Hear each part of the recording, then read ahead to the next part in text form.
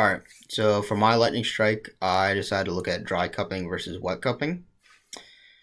And you may not know what cupping is at the beginning of this.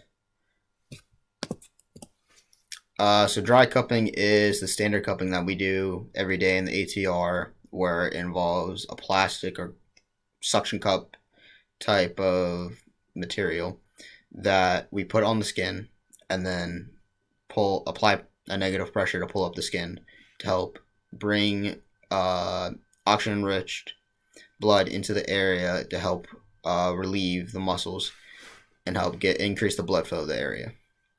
And the side effects of that is the red slash purplish black circles that we see like on Michael Phelps here.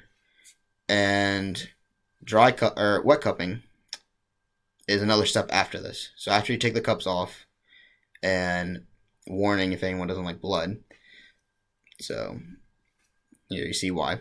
So you take the cups off after a 5 to 8 minute session of dry cupping, and you prick around the skin of the inflamed section, so the red circle.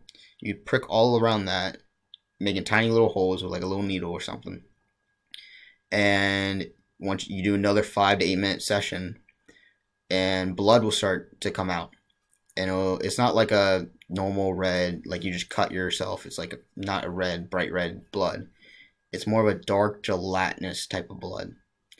And that's because it's deprived of oxygen, and it's like a gunk / toxin filled blood that's just sitting in the body. So the reason I'm doing this is to help get that blood out of the body when no other measures would have helped the patient. Like they tried stretching, they tried active ranges, like active other modalities to help loosen up their bodies and help relieve their pain. Where the pain just won't go away, they might try this option, which helps get out the toxin-filled blood. So they do this, and after you do another 5 to 8 minute session, you take the cups off, and it's not gonna run. It's just gonna not run as much as normal blood will. It'll be thick and tar-like. So who came up with this was ancient China and ancient Egyptian civilizations used to use this method, and where we get original cupping. There are cupping ways of doing it as well. What they would use would be like glass jars, like we sometimes use today, shells, or hollowed out horns, or any other type of material that they could use into a dome shape / anything they could use that cause a suction force to happen. So this led to my Pico question was, which is more beneficial to relieving muscular pain? The combination of wet cupping after dry cupping, or traditional dry cupping in general?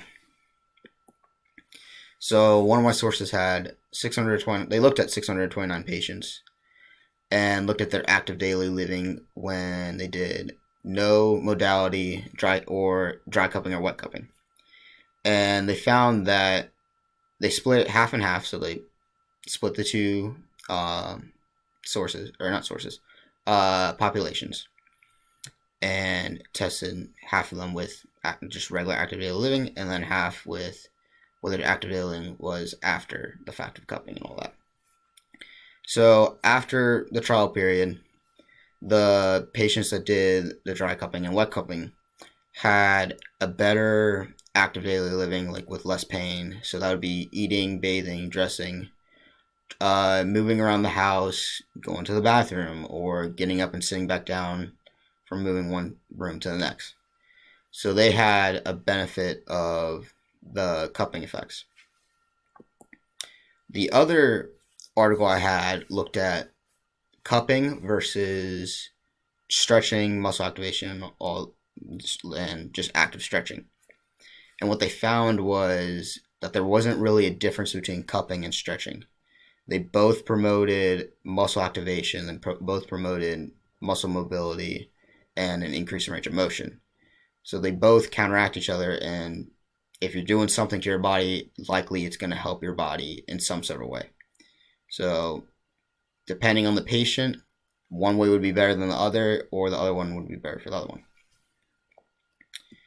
And then for the clinical side of things, uh, most likely we probably wouldn't use wet cupping in our ATR, but like if it was a private athletic trainer or a private medical profession that could use this, and the patient wasn't scared of getting pricked or scared at the sight of blood, we could use it. But it's a good theory to use, but practically in our like training rooms, we wouldn't be using this on our everyday patients. They most likely they wouldn't want to have blood pulled out of their skin. Even when we see people have blood surface from just regular dry cupping, and because they had like a cut or something, they typically don't like to see that, and then we have to clean the cups thoroughly, and then there's another biohazard way of cleaning it that you have to go through, and not just regular cleaning. So it's not practical for our sites, but in theory it could be helpful for a last cause, or if you know it works well with this type of patient and nothing else is working. So there's pros and cons with it, but for like a mass general thing, probably not going to be useful. And then these are my references.